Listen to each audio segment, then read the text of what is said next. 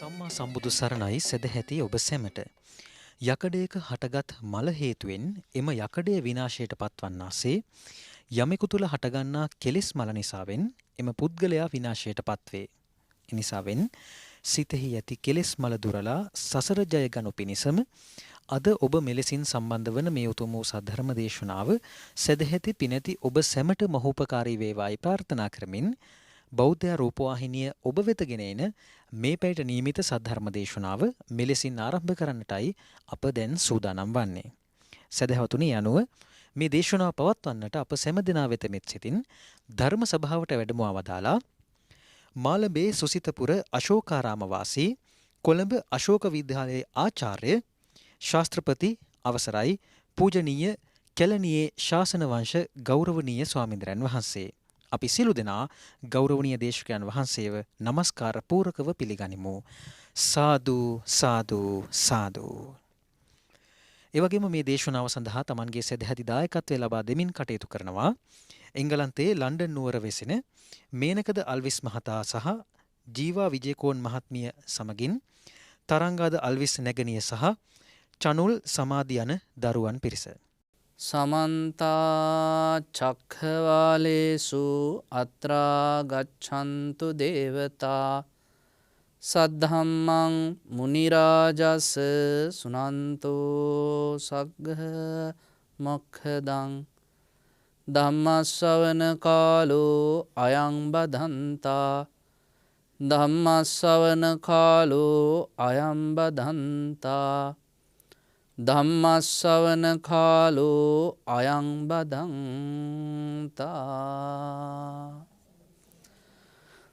නමෝ තස්ස භගවතෝ අරහතෝ සම්මා සම්බුද්දස්ස. නමෝ තස්ස භගවතෝ අරහතෝ සම්මා සම්බුද්දස්ස. නමෝ තස්ස භගවතෝ අරහතෝ සම්මා සම්බුද්දස්ස. තයෝ මේ භික්ඛවේ පුත්තා සන්තෝ සංවිජ්ජමානා ලෝකස්මින් කතමේ තයෝ අතිජාතෝ අනුජාතෝ අවජාතෝ තීති.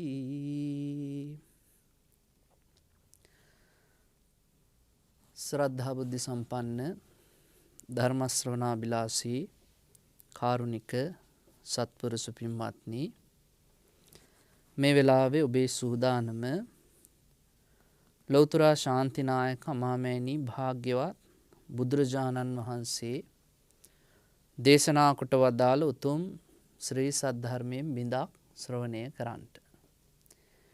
එනිසා එංගලන්තයේ ලන්ඩන් නුවර පදිංචි මේනක දල්විස් මැතිතුමන්, ජීවා විජයකෝන් මැතිනිය, එවැගේම තරංගා දල්විස් මැතිනිය, චනුල් සමාධි කියන දරුවන් එකතු පාදා කරගෙන මේ උදාරතර පින්කම සිද්ධ කරනවා තමන්ටත් සියලු ලෝක සත්‍යයන්ටත් උතුම් ධර්මයෙන් සැනසීම ලබා දෙන්නට.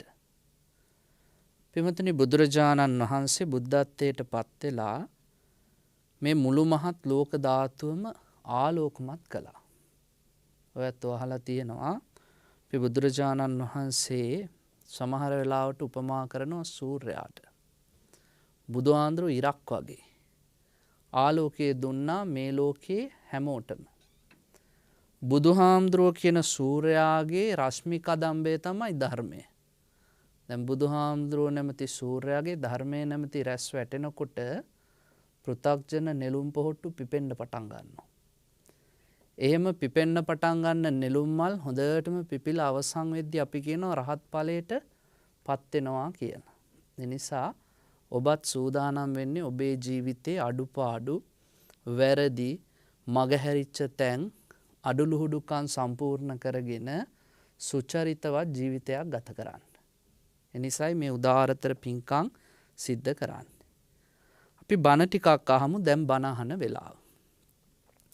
අද ධර්ම දේශනාවේ මාතෘකාව පින්වත්නි සූත්‍ර පිටකයට අයිති කුද්දක නිකායේ ඉතිඋත්තක පාළියේ පුත්‍ර සූත්‍රය. ඒ සූත්‍රයේ නම අහපු ගමන් ඔය ඇත්ත දන්නවා කවුරු ගැනද කියන්න යන්නේ කියලා. පුත්‍ර සූත්‍රයේදී බුදුහාඳුරෝ කතා කරේ පුත්තු ගැන.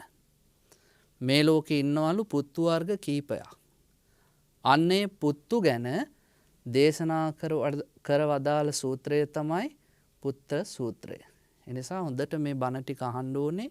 එතකොට ඔය ඇත්තන්ටත් අපේ දරුවෝ කොයි වගේද කොයි වගේ දරුවන්ගෙන්ද ලෝකෙට වැඩක් තියෙන්නේ කියලා තේරුම් ගන්න පුළුවන්. පින්වතුනි, බුදුරජාණන් වහන්සේගේ දේශනාව තමයි පුත්තා වත්තු මනුස්සාන. මේ ලෝකයේ මිනිස්සුන්ට තියෙන වටිනම වස්තුව මොකද්ද? තමන්ගේ දරුවෝ. ඒ දරුවෝ වටිනා කියන පිළිවෙලට හදාගත්තාම දෙමව්පියන්ට සන්තෝෂ වෙන්න පුළුවන්. දැන් බලන්නකො බුදුරජාණන් වහන්සේ කුමාර අවදියේ අස්සයා පිටේ එද්දී කිසා ගෞතමිය බලාගෙන ඉන්නවා සඳලු තලයේ උඩුමහලේ ඉඳගෙන කවුළු දොරකින්. බලාගෙන ඉඳලා මොකද්ද කිව්වේ?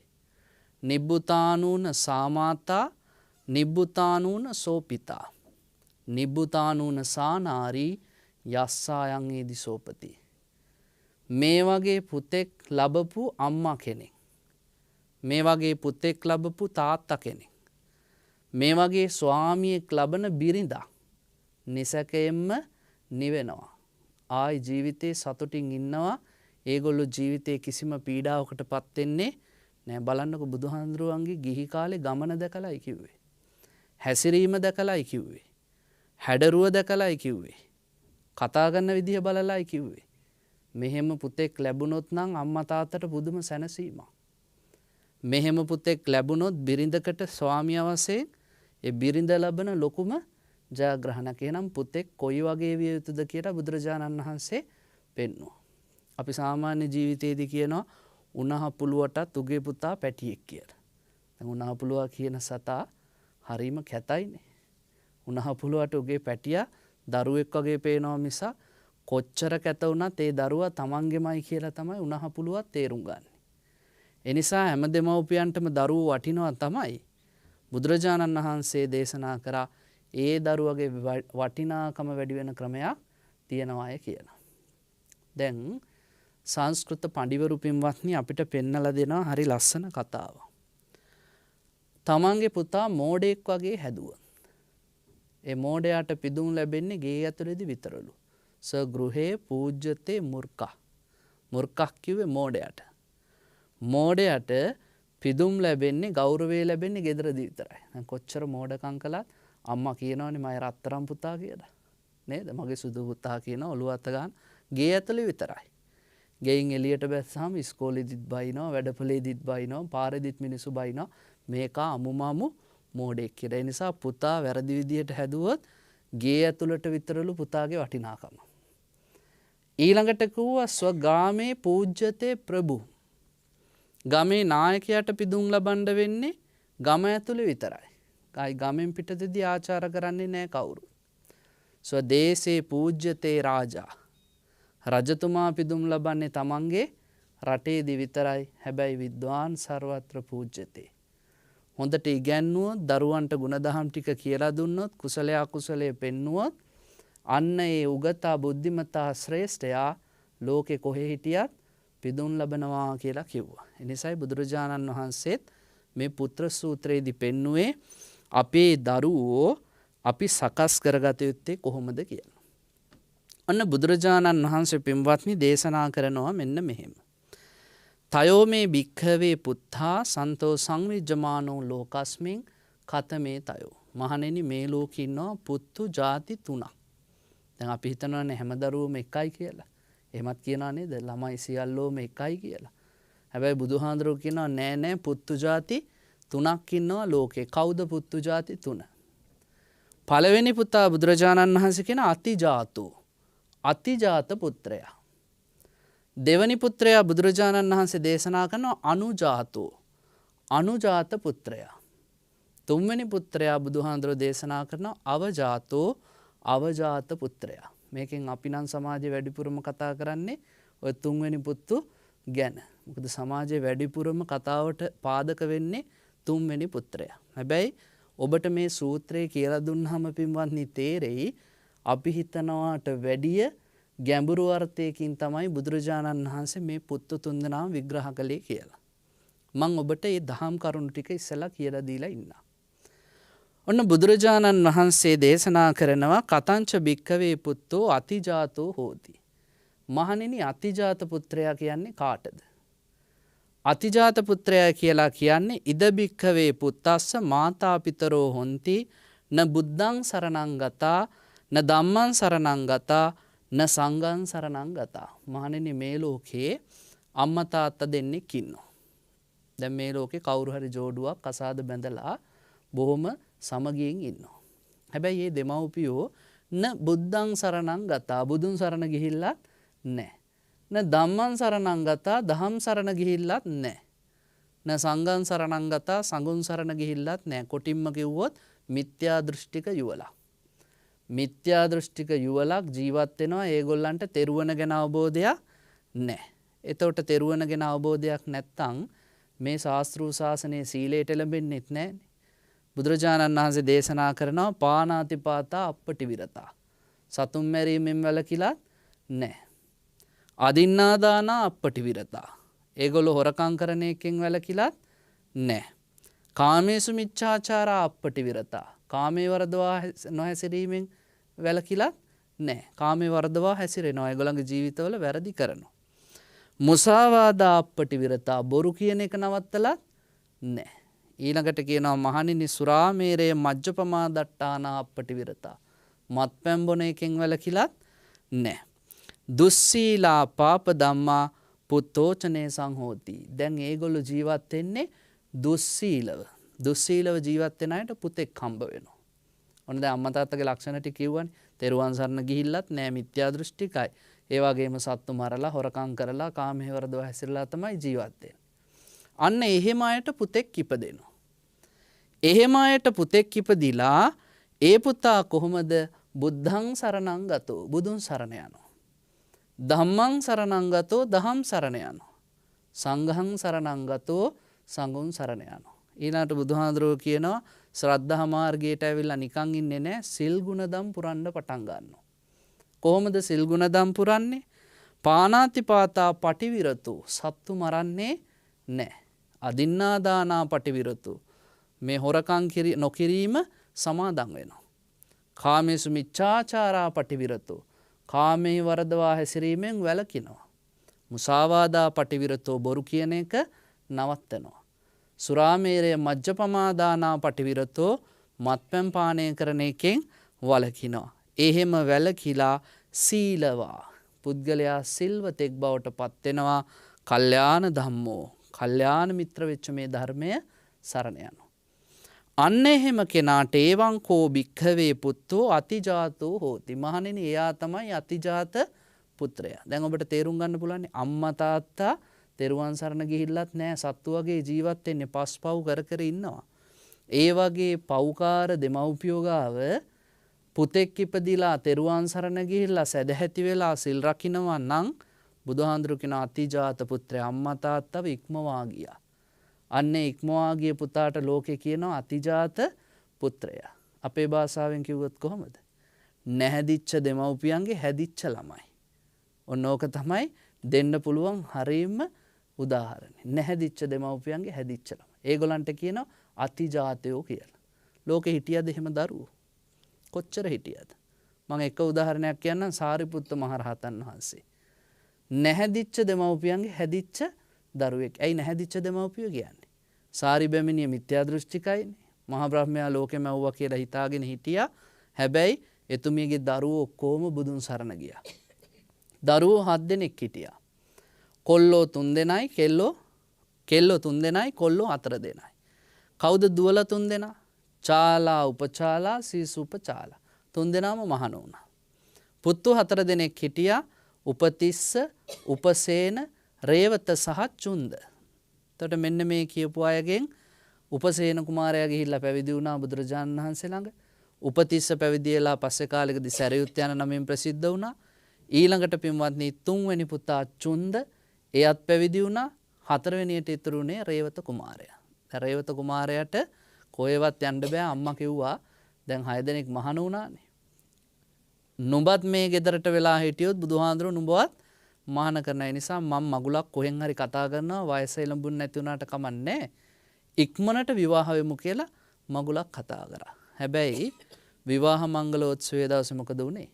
රේවත කුමාරයාත් මනමාලි කැන්දන් එන වෙලාවේ පිටිපස්ස දොරෙන් පැනලා ගිහිල්ලා පැවිදි වුණා. 7 දෙනාම පැවිදි වුණා. බුදුරජාණන් වහන්සේ ජීවමාන කාලේ සරියුත් හාමුදුරුවෝ හැම පන්සලකටම පණිවිඩයක් දීලා තිබ්බා. මොකද්ද පණිවිඩය? මගේ මල්ලි කෙනෙක් කියලා කවුරු හරි කිව්වොත් පන්සලට ඇවිල්ලා පැවිදි කරන්න කියලා වහාම මහාන කරලා දාන්න කිව්වා. ඇයි කියලා අහපුවම කිව්වා මගේ අම්මයි තාත්තයි මිත්‍යා දෘෂ්ටිකයෝ.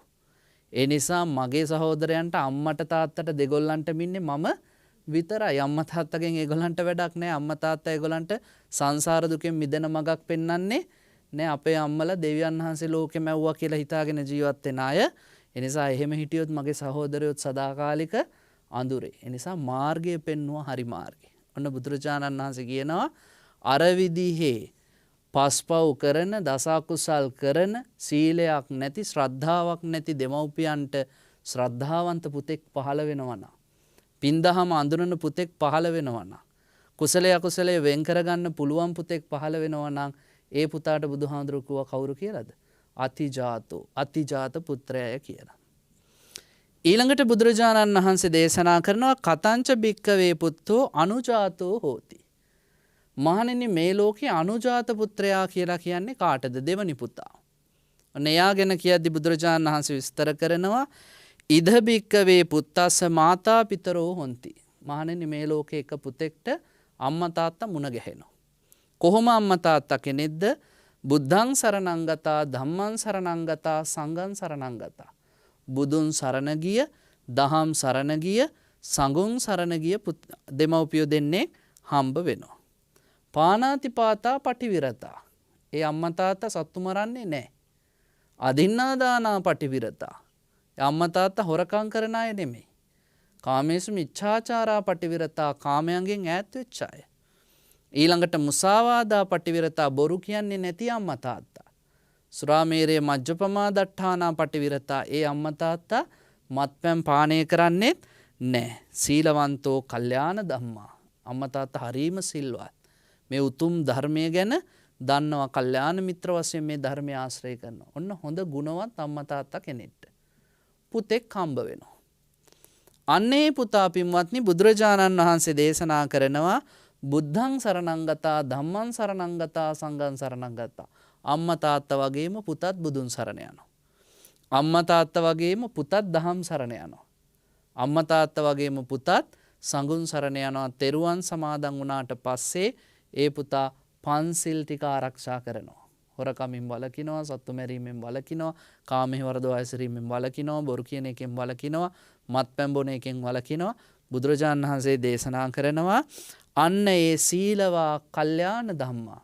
සිල්වත් වූ කල්යාණ ධර්මයේ පිහිටියා වූ ඒවංකෝ භික්ඛවේ පුත්තෝ අනුජාතෝ හෝති. එහෙම පුත්‍රයාට මම කියනවා අනුජාත පුත්‍රයා කියලා.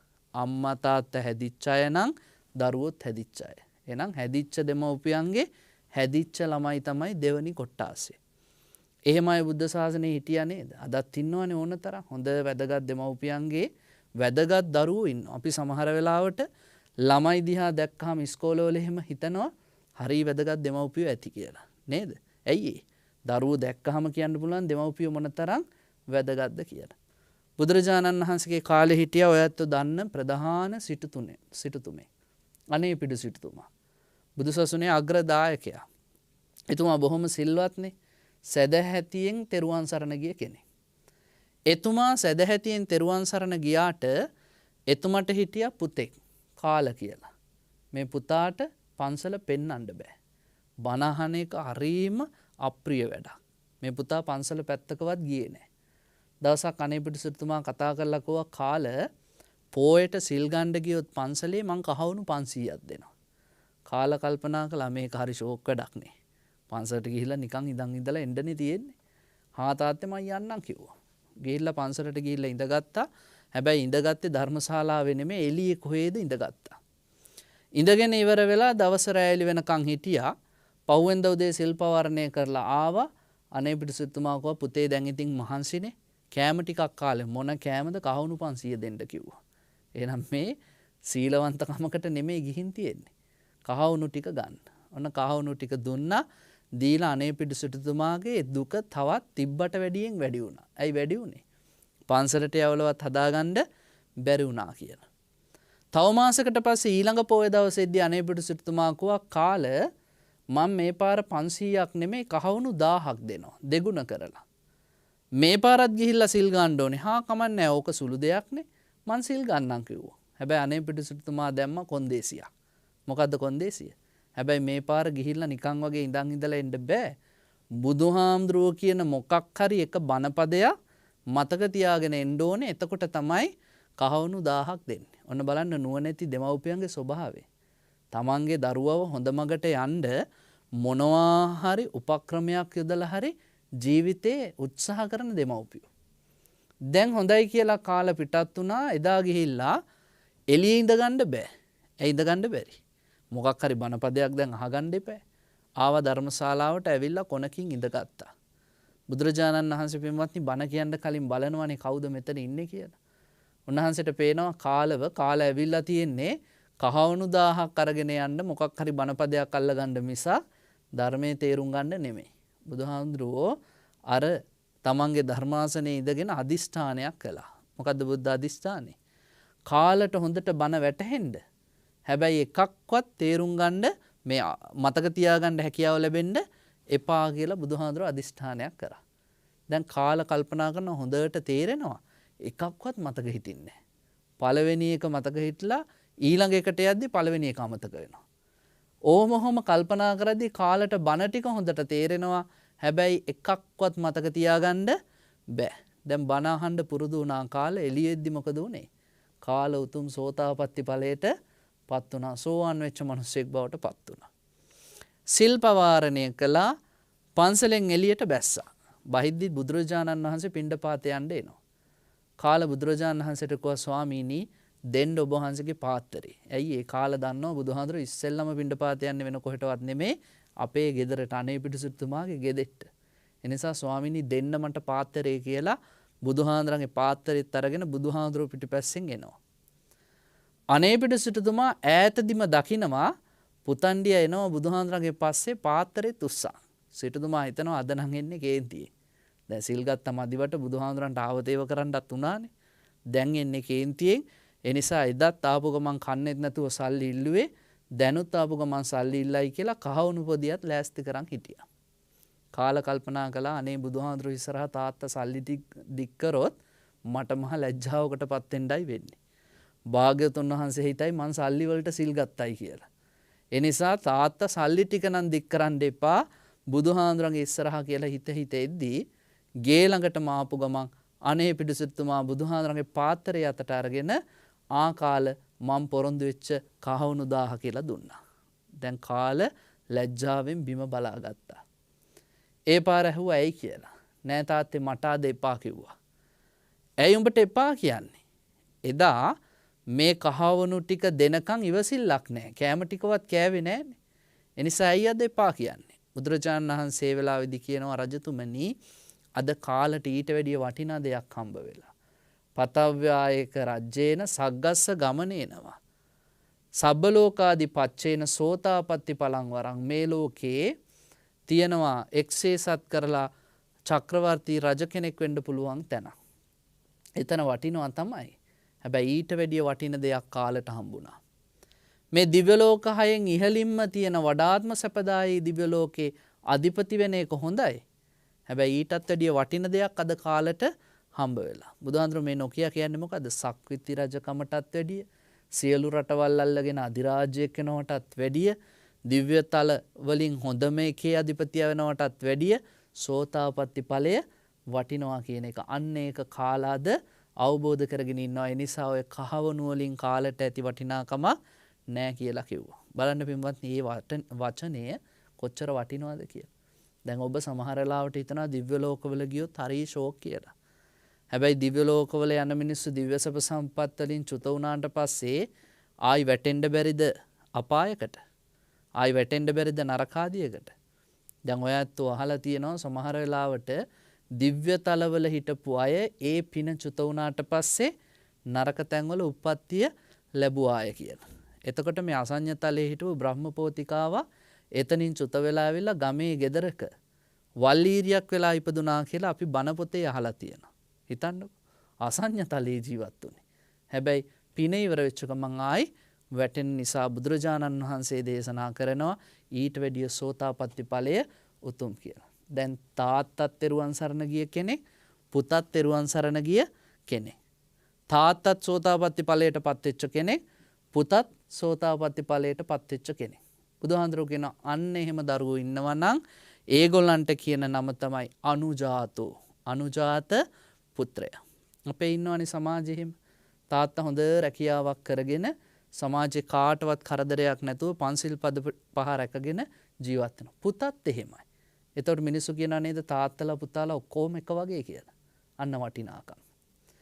ඊළඟට පින්වත්නි බුදුරජාණන් වහන්සේ දේශනා කරනවා මහණෙනි මේ ලෝකේ දකින්න පුළුවන් තුන්වෙනි පුත්‍රයා තමයි අවජාත පුත්‍රයා. කවුද අවජාත කියන්නේ?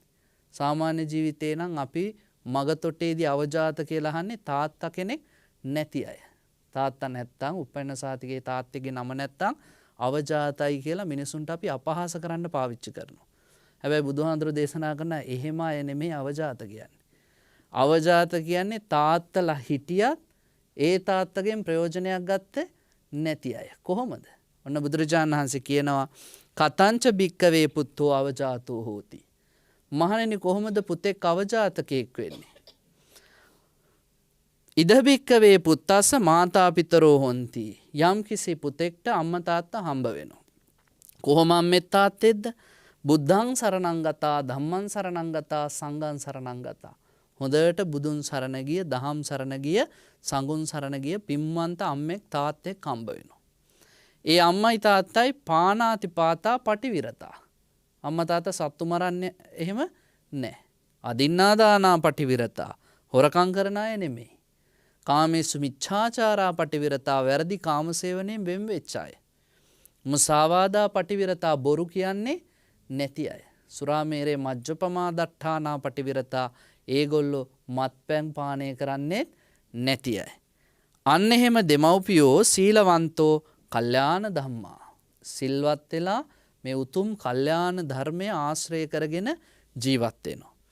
හැබැයි අන්න ඒ දෙමව්පියන්ට පුතෙක් ඉපදෙනවා. හොඳ පින්වන්ත පින්දහම් කරන දෙමව්පියන්ට ඉපදෙනවා පුතෙක්. ඉපදිච්ච පුතා කොහොමද? න සංඝං සරණං ගතා, න බුද්ධං සරණං ගතා, න ධම්මං සරණං ගතා. බුදුන් සරණ යන්නෙත් නැහැ, දහම් සරණ යන්නෙත් නැහැ, සංඝුන් සරණ යන්නෙත් නැහැ. ඒ පුතාට ශ්‍රද්ධාව කියන එක ගෑවිලාවත් නැහැ. ඊළඟට කියනවා පානාති පාතා අප්පටි විරතෝ. ඒ මිනිස්සයා සත්තු මර ජීවත් වෙනවා. අදින්නාදානා අප්පටි විරතෝ. හොරකමමයි ජීවිතේ තියෙන්නේ.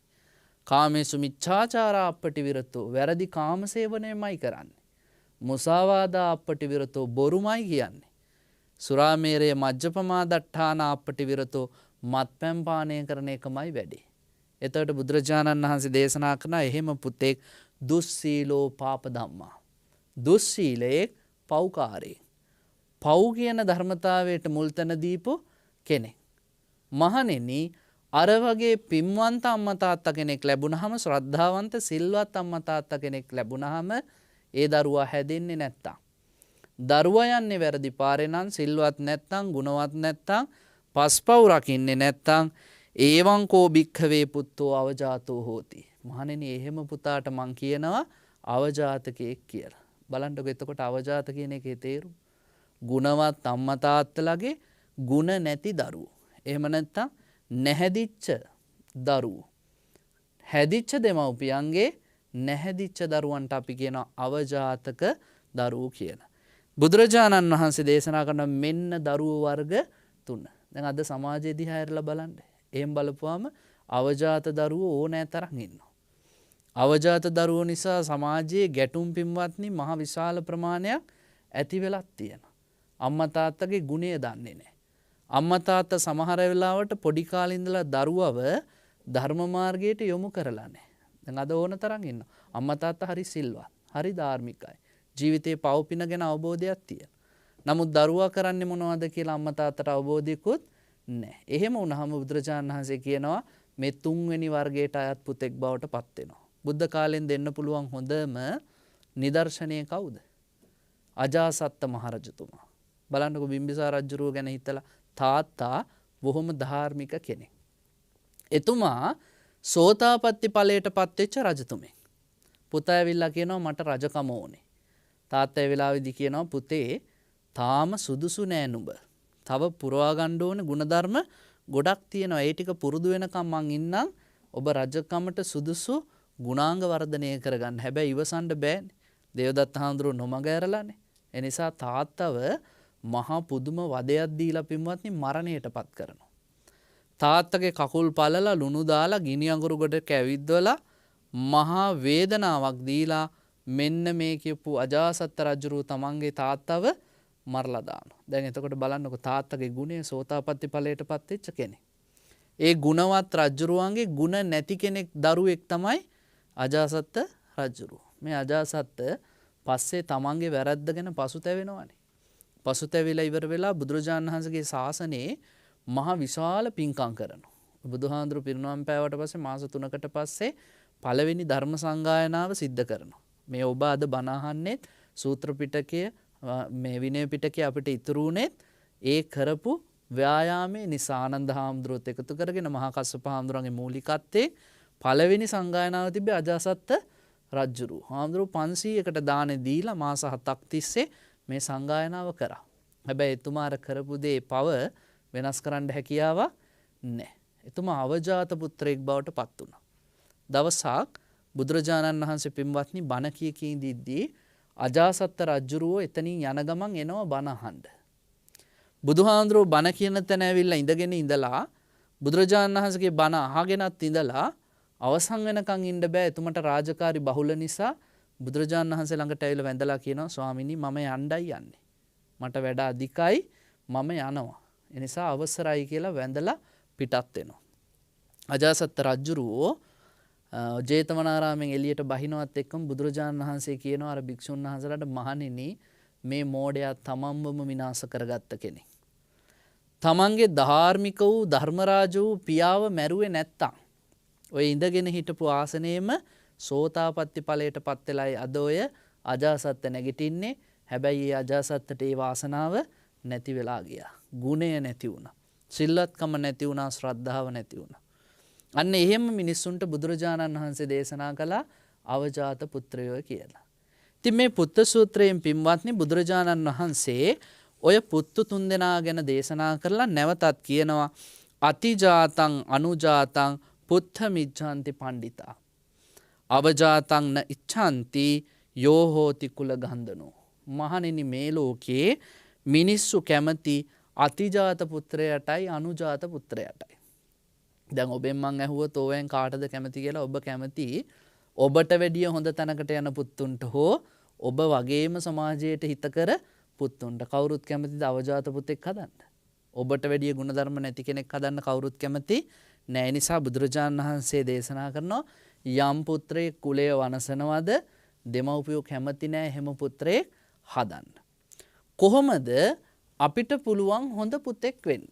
බුදුරජාණන් වහන්සේ කියලා දෙනවා ඔබේ දරුවන්ටත් මෙන්න මේ ටික පුරුණු කරන්නලු උදේ ඉඳන් රැ වෙනකන් උගන්වනවාට අමතරව.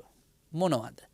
අන්න බුදුරජාණන් වහන්සේ දේශනා කරනවා ඒතේ කෝ පුත්තා ලෝකස්මින් යේ භවಂತಿ උපාසකා සද්ධා සීලේන සම්පන්නා වදඤ්ඤෝ වීතමච්චරා වන්දෝ අබ්බග්ඝනාමුත්තෝ පරිසාසු විරෝචරේ. මහණෙනි මේ ලෝකේ යම් කිසි පුත්‍රයෙක් ඉන්නවා නම් ඒ පුත්‍රයාට උපාසකකම දෙන්න ඕනේ. උපාසකයි කියලා කියන්නේ මොකද්ද? ජීවිතයේ හොඳ නරක හඳුනගෙන පවපින අඳුරගෙන කුසලයේ අකුසලයේ අඳුනගෙන කටයුතු කළ හැකි මට්ටමට දරුවා ගේන්න ඕනේ. එහෙම නැතු උපාසක කියන්නේ සුදු අන්දගෙන පන්සල් එක්කන් එනවා කියන එක නෙමෙයි. දරුවට තියෙන්න ඕනේ මොකද්ද හොඳ මොකද්ද නරක, මොකද්ද පින මොකද්ද පව, මොකද්ද කුසලය මොකද්ද අකුසලය වෙන් කර ගැනීමේ හැකියාව. ඊළඟට උපාසකයෙක් බවට පත් කරපු දරුවට දෙන්න ඕනේ ශ්‍රද්ධාව. පුතේ ලෞතුරා බුදුරජාණන් වහන්සේට උන්වහන්සේගේ ධර්මයට ආර්ය මහා සංඝයාට අපි නිරන්තරයෙන්ම ගෞරවාදරය පැවැත්විය යුතුයි.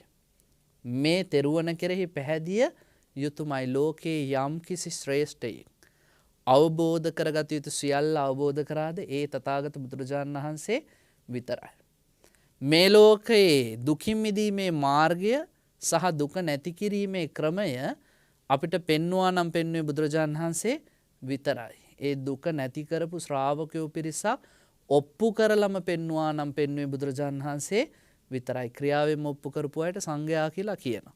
එනිසා එහෙම තෙරුවන අපි සරණ යා යුතුමයි කියන තැනට දරුවෝ ගෙන ආපුවම ඒකේ වටිනාකමක් තියෙනවා. ඔයත් අහලා තියෙනවා චත්තමානවක ගාථා. චත්තමානවක ගාථා ලංකාවේ සෑම පාසලකම සෑම දහම් පාසලකම දහම් පාසල් නිම වෙද්දි පාසල ඉවර වෙද්දි කියන ගාථා තුනක්. යෝ අද තං පව රෝමනුජේසු සක්්‍ය මුනි භගවා කතකිච්චෝ. මේ ගාථා බුදුහාඳුරෝ දේශනා කරේ චත්ත කියන කොල් අමුල් කොටගෙන. චත්තමානවකයට. තමන්ගේ ගුරුවරු බලන්ඩ රංකාසි පොදියකුත් අරගෙන මේ කොල්ල යද්දි බුදුරජාණන් වහන්සේ උදේ පාන්දර දකිනවා මේ කොල්ලගේ ආවුස ඉවරයි. කර්මයක් ක්ෂය වෙලා. අද දවල් වෙද්දි මරණයට පත් වෙනවා. හැබැයි මැරිලා උපදින්නේ දුගතියක. ඇයි ඒ දුගතියකට යන්නේ? මේ කොල්ල මිත්‍යා දෘෂ්ටිකයෙක්.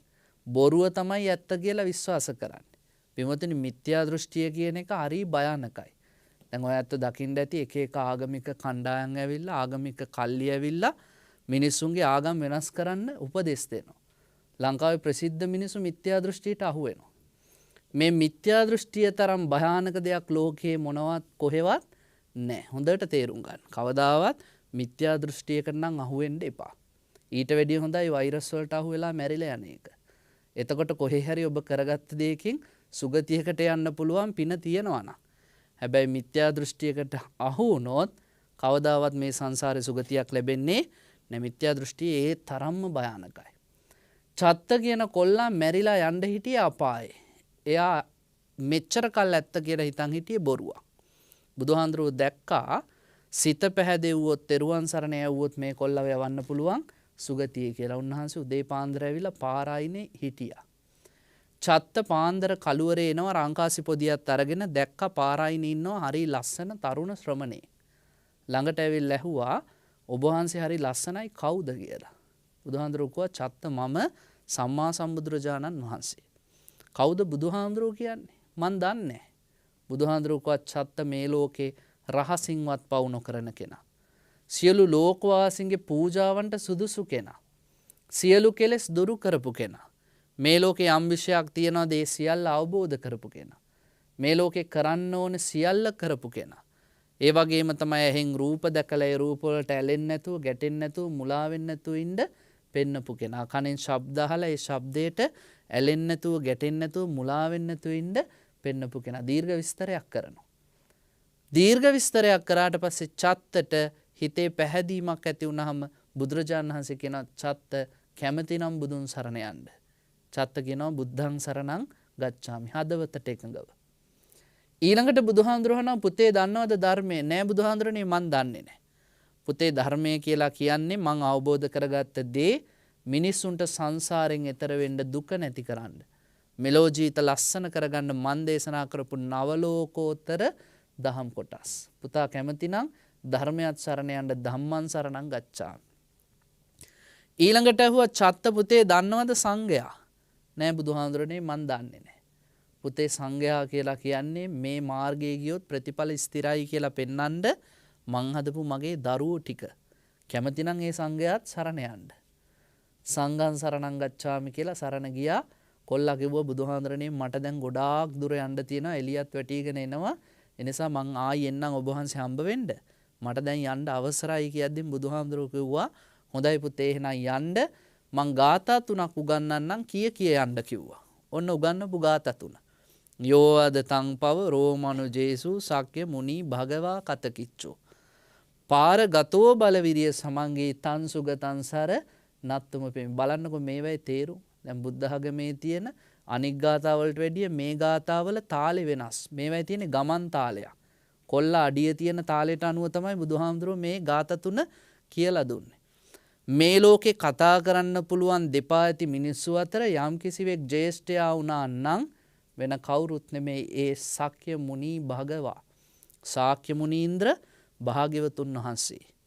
කතකිච්චෝ කරන්න ඕන සියලුම දේ කරලා ඉවරයි. පාරගතෝ සංසාරය නැමැති සැඩපහරින් එතර වුණා.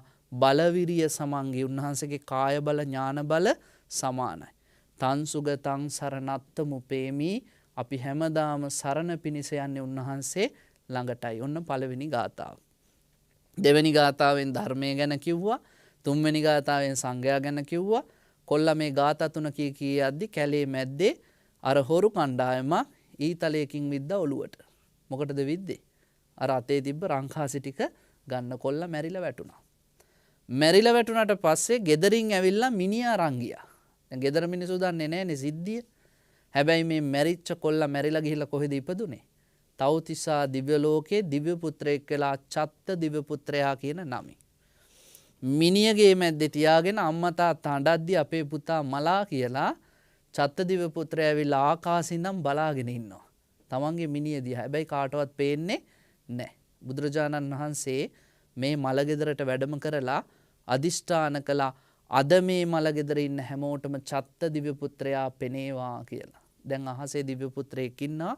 මිනිස්සු පුදුම වෙලා බලද්දී බුදුහාඳුරෝ දන්නව හොඳටම කවුද කියලා. හැබැයි මිනිස්සුන්ට අවබෝධ කරන්න ඕන නිසා උන්වහන්සේ අහනවා ආනුභාව සම්පන්න දිව්‍ය පුත්‍රයා නුඹ කවුද කියලා. එතකොට කියනවා ස්වාමිනී මං චත්ත. උදේ ඔබ වහන්සේ මුණ ගැහුනේ. ඒ මැරුණේ මම. ඔය තියෙන්නේ මගේ මිනිය. මං දැන් දෙවියෙක් වෙලා. බුදුහාඳුරෝ අහනවා මොනවා කරලාද නුඹ දෙවියෙක් උනේ? අනේ බුදුහාඳුරනේ මොකකින්වත් නෙමෙයි තෙරුවන් සරණ යාම මාත්‍රයකින්මයි. තෙරුවන් සරණ යාම මාත්‍රයකින් මං දෙවියෙක් උනේ.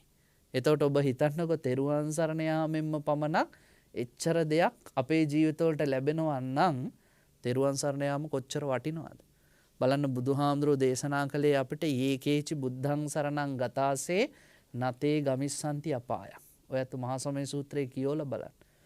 යමෙක් බුදුන් සරණ ගියාද යන්නෙම නෑ කිව්වා අපායේ. නතේ ගමිස්සන්ති අපාය. පහය මානුසන් දේහං මේ මනුස්ස ශරීරය අතහරිද්දිම කවදා හරි මැරෙද්දී බුදුහාඳුර කියන දේවකායන් පරිපූර්ණෙස්සන්ති ඔවුන් දෙවියෝ බවට පත් වෙනවා දෙව් කයක් දරනවා. ඔන්න වටිනාකම. එහෙනම් බුදුරජාණන් වහන්සේ කියනවා ශ්‍රද්ධාව තියෙන පුතෙක් හදන්න කියලා. ඊළඟට පින්වත්නි ලෞතුරා භාග්‍යවත් බුදුරජාණන් වහන්සේ දේශනා කරනවා ශ්‍රද්ධාවන්තකමට අමතරව සිල්වත් බව දෙන්න. ගිහියෝ නම් අනිවාර්යෙන් පන්සිල් පද පහවත් රකින්න මට්ටමට දරුවෝ ටික ගේන්න ඕනේ. පුතේ සත්තු මරන්න එපා. හොරකම් කරන්න එපා. කාමයේ වර්ධව හැසිරෙන්න එපා. බොරු කියන්න එපා. පුංචි කාලේ නම් දරුවට මේ ටික උගන්වන්න ඕනේ පින්වත්නි. වත්තට බල්ලෙක් ආපුවම ගල් කැටයක් අතට දීලා අපේ වත්තේ කැත කරනවානේ පුතේ ගහලා එලවන්න කියන එක නෙමෙයි. සංසාරේ බිය පෙන්නන්න අපි කීපාරක් පුතේ බල්ලෝ වෙලා දුක් විඳලා ඇද්ද? අපිත් මිනිස්සුන්ගෙන් කොච්චර ගුටි කාලා ඇද්ද? එනිසා ආයි සංසාරේ පව් පුරව ගන්න ඕනේ නෑ. අපි දුක් විඳලා ගත්ත මනුස්සාත්ම භාවයේ පව් කරලා යොතෙන්ට යන්න ඕනේ නෑ. කුඩා වරදෙහිත් බිය පෙන්නන්න. සිල්වත් කරන්න දරුවව. ඊළඟට බුදුරජාණන් වහන්සේ දේශනා කරන පිරිසිදු වචන. දරුවට පුංචි කාලේ ඉඳන් පුරුදු කරන්න හරිම ලස්සන වචන කතා කරන්න. එතකොට මේ සිල්වත් නම් ශ්‍රද්ධාවන්ත නම් පිරිසිදු වචන කතා කරනවා නම් උපාසක නම් ඊළඟට බුදුහාඳුරෝ දේශනා කරනවා මසුරු මලක් දුරු කරනවා නම් ලෝභකම් කරන්නේ නැතුව ජීවිතේ දන් දීම ප්‍රගුණ කරලා ඉන්නවා නම් ඒ පුතා ශ්‍රේෂ්ඨයෙක් කියලා බුදුරජාණන් වහන්සේ දේශනා කරනවා. එහෙනම් බුදුහාඳුරෝ කියන අන්නේ වගේ පුත්තු තමයි සමාජයට ඕනේ. එහෙම පුත්තු සමාජයේ ඉන්නවා නම් පින්වත්නි මේ ධර්මයේ ඉක්මනට තේරුම් ගන්න පුළුවන්. බුදුරජාණන් වහන්සේ දේශනා කරනවා ඒක පුත්ත සූත්‍රයේදී මහණෙනි කාන්තාවක් දරුවෙක් බලාපොරොත්තු වෙනවා නම් පුතෙක් කුස අත්තගගා හිතන්නලු මගේ මේ පුතා චිත්ත ගෘහපතිය වගේ වේවා. මගේ මේ පුතා හත්තාලවක කුමාරයා වගේ වේවා. ගිහි ජීවිතේදීම අනාගාමී වෙච්ච ඇත්තෝ. බලන්න කොච්චර වටිනවද කියලා. දුවෙක් බලාපොරොත්තු වෙනවා නම් අම්මා කෙනෙක් බුදුහාඳුරෝ ඒකදීතු සූත්‍රයේදී කියනවා මගේ කුසේ ඉන්න මේ දුව වේලුකණ්ඨකී නන්දමාතාව වගේ වේවා. මගේ කුසේ ඉන්න මේ දුව කුජ්ජුත්තරා වගේ වේවා. ඇයි ඒ? ගිහි ජීවිතේම අනාගාමී වෙච්ච අය. ඔය නන්දමාතාවගේ කතාව ඔය ඇත්ත විවේක වෙලාවක කියවලා බලන්න. මිනිස්සයා මැරිලා ගිහිල්ලා ඉපදෙන්නේ පහත් පෙළේ යක්ෂයෙක් වෙලා. තමන්ගේ පුතා කිසිම වැරද්දක් නොකර රජුරෝ ගිහිලා උල තියලා මරනවා. එච්චර ප්‍රශ්න වලට මුහුණ දීපු නන්ද මාතාව අවසානයේදී අනාගාමී ඵලයට පත් වෙනවා. අභියෝග වලට මුහුණ දෙන්න පුළුවන් මිනිස්සු තමයි අපිට ඕනේ. දරුවෝ හදන්න ඕනේ එහෙමයි. ප්‍රශ්න වලට මුහුණ දෙන්න. ජීවිතයේ ගැටලු වලට මුහුණ දෙන්න. ශ්‍රද්ධාව තියෙන, සිල්වත්කම තියෙන මොනවා හරි ප්‍රශ්නයක් ආපුවම තිසරණේට පයින් ගහලා සිල්වත්කමත් දුරලලා අනේ අපේ ජීවිතේ ඕවා කරාට වැඩක් නැහැ අපිත් කළා දැන් අපිට ලැබෙන දෙයක් නැහැ කියලා අතහැරලා දාන මිනිස්සු නෙමෙයි. අවසාන අරමුණ කරා නොබිය යන දරුවෝ බුදුහාඳුර කියන අන්න ඒගොල්ලෝ අතිජාතයෝ සහ අනුජාතයෝ කියලා. කවදාවත් ඔබට අවජාත පුත්‍රයෙක් බවට පත් වෙන්නට එපාය කියලා බුදුරජාණන් වහන්සේ දේශනා කරනවා. එහෙනම් මේ බණ බුදුරජාණන් වහන්සේ දේශනා කළේ පුත්‍රයෝ වර්ග 3ක් ලෝකේ ඉන්නවා කියලා පෙන්වන්නේ. සංසාරගත ජීවිතේ ඉපදෙන සෑම භවයකම අතිජාත පුත්‍රයෙක් වෙන්න සරියුත් හාමුදුරුවෝ වගේ, මුගලන් හාමුදුරුවෝ වගේ, මහා කස්සප හාමුදුරුවෝ වගේ අතිජාත පුත්‍රයෝ වෙන්න.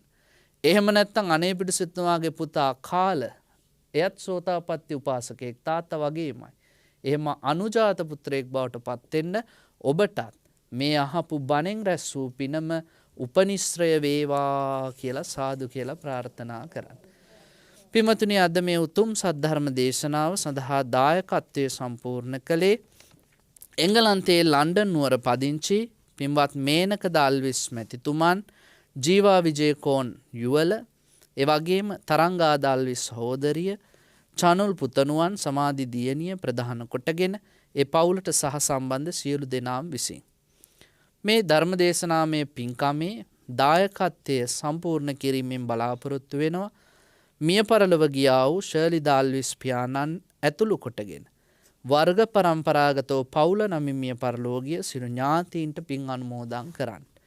එනිසා මිය පරලොව ගිය ශර්ලි දාල්විස් පියාණන්ටත් බෞද්ධ මාධ්‍ය ජාලයේ නිර්මාතෘ අපවත් වී වදාළ අපේ දරණගම කුසල ධම්මනායක ස්වාමීන්ද්‍රයන් වහන්සේ ප්‍රමුඛ සියලුම මහා සංඝරුවනටත් රට වෙනුවෙන් දිවි පූජා කළ උත්තම රණවිරුවන්ටත් මේ පින් අනුමෝදන් වේවා. ඔවුන්ට මේ පින් ඇසේවා දැනේවා. මේ පින දැක සතුටු වේවා, අනුමෝදන්ව සතුටු වේවා. දුකක සිටීනම් දුකින් අත මිදේවා. සැපතක සිටීනම් ඒ සුප වඩාත් වර්ධනය කර ගනීවා. නුදුරු භවයකදීම අමා මහ නිවනින් සැනසෙත්වා කියලා සාදු කියලා පින් දෙන්න. දෙවියන්ටත් මේ පින් අනුමෝදන් වෙත්වා. දෙවියෝ දිව්‍ය ආයුෂයෙන්, වර්ණයෙන්, සැපයෙන්, බලයෙන්, ප්‍රඥාවෙන් වැඩෙත්වා. මේ ඇත්තෝ සියලු දෙනාම සුරකිත්වා. එසේ ආශිර්වාද කරන දෙවියනුත් අමා මහ නිවනින් සැනසෙත්වා කියලා සාදු කියලා දෙවියන්ට පින් දෙන්න. ආකාසට්ඨා ච බුම්මට්ඨා දේවා නාග මහිද්దికා පුඤ්ඤන්තං අනුමෝදිත්වා චිරං රක්ඛන්තු බුද්ධ ශාසනං. ආකාසට්ඨා ච බුම්මට්ඨා දේවා නාග මහිද්దికා පුඤ්ඤන්තං අනුමෝදිත්වා චිරං රක්ඛන්තු බුද්ධ දේශනං. ආකාසට්ඨා ච බුම්මට්ඨා දේවා නාග මහිද්దికා පුඤ්ඤන්තං අනුමෝදිත්වා චිරං රක්ඛන්තු බුද්ධ ශාවකාති. අවසාන වශයෙන් කල්පනා කරන්ට රැස් කරගත් සියලු පින් එංගලන්තයේ ලන්ඩන් නුවර පදිංචි මේනක දාල්විස් මැතිතුමන්, ජීවා විජේකෝන් මැතිනිය, තරංගා දාල්විස් මැතිනිය, චනුල් සමාධි කියන මේ දරුවන් බලාපොරොත්තු වෙන පරිදි මංගලිකා දාල්විස් දයාබර මෑණියන් වහන්සේගේ ජන්ම දිනයට සෙත් පැතීම අරමුණු කරගෙන මේ උතුම් පින්කම සිද්ධ කරනවා. අම්බිකා නැගණිය සහ ඒ පවුලේ සියලු දෙනා, රාණි පුංචි ඇතුළු මේ පවුලට සහ සම්බන්ධ සියලු දෙනා උතුම් දායකත්ව සම්පූර්ණ කරගෙන කටයුතු කරනවා. මේ පින්වන්ත මෞතුමිය සතුටු වෙන්න ඕනේ. අපි කියපු විදිහටම අර අතිජාත අනුජාත දරුවෝ බිහි කරගත්ත නිසා තමයි අද දරුවෝ එකතු වෙලා අම්මගේ උපන්දිනේට මේ වගේ පින්කම් කරමින්, පින් අනුමෝදන් කරමින් සෙත් පතන්නේ. ඒ නිසා එතුමියටත් දීර්ඝායු සම්පන්නිය ලැබේවා, සුබ උපන්දිනයක් වේවා. මේ රැස් කරගත් සියලු පින් බලෙන් මල්ලිකා දාල්විස් මෑණියන්, එවැගේම අම්බිකා නැගණිය ඇතුළු ඒ පවුලේ සියලු දෙනා, රාණි මහත්මනිය ඇතුළු ඒ පවුලේ සියලු දෙනාටත් අද දායකත්ව සම්පූර්ණ කරන මේනක දාල්විස් මැතිතුමා, තරංගා දාල්විස් මැතිනිය, ජීවා විජේකෝන් මැතිනිය ඇතුළු ඒ සියලුම දෙනාට මේ පින් අනුමෝදන් වේවා. බණ අහපු ඔබටත් එකසේ මේ පින් අනුමෝදන් වීම තුළ ඔයත් සියලු දෙනාම නිදුක් වෙත්වා, නිරෝග වෙත්වා, සුවපත් වෙත්වා, කායික වේදනා මානසික පීඩා දුරු වෙත්වා, කරන කියන රැකී ආරක්ෂා වෙලහෙළ දාම් කටයුතු, දරුවන්ගේ අධ්‍යාපන කටයුතු දිනෙන් දින සාර්ථක භාවයට පත්වෙත්වා, මෙලොව ජීවිතේ වාසනාවන්ත වේවා, පරලොවත් සුගතිගාමී වෙත්වා, අවසන උතුම් චතුරාර්ය සත්‍ය අවබෝධය පිණිස මෙපින හේතු වේවා, වාසනාව වේවා, පාරමිතාවක්ම වේවා කියලා සාදු කියලා ප්‍රාර්ථනා කරන්න. හොඳයි, ආශිර්වාද කරනවා. අභිවාදන සීලිස නිච්ඡං වද්ධාපචායිනෝ චත්තාරෝ ධම්මා වඩ්ඩන්ති ආයුවන්නෝ සුඛං බලං ආයුරාරෝග්‍ය සම්පatti සග්ග සම්පatti මේවච අතෝ නිබ්බාන සම්පatti මිනාතේ සමිජ්ජතු. අනන්ත තෙරුවන් ගුණ බෙලෙන් සියලු දෙනාටම යහපතක්ම වේවා.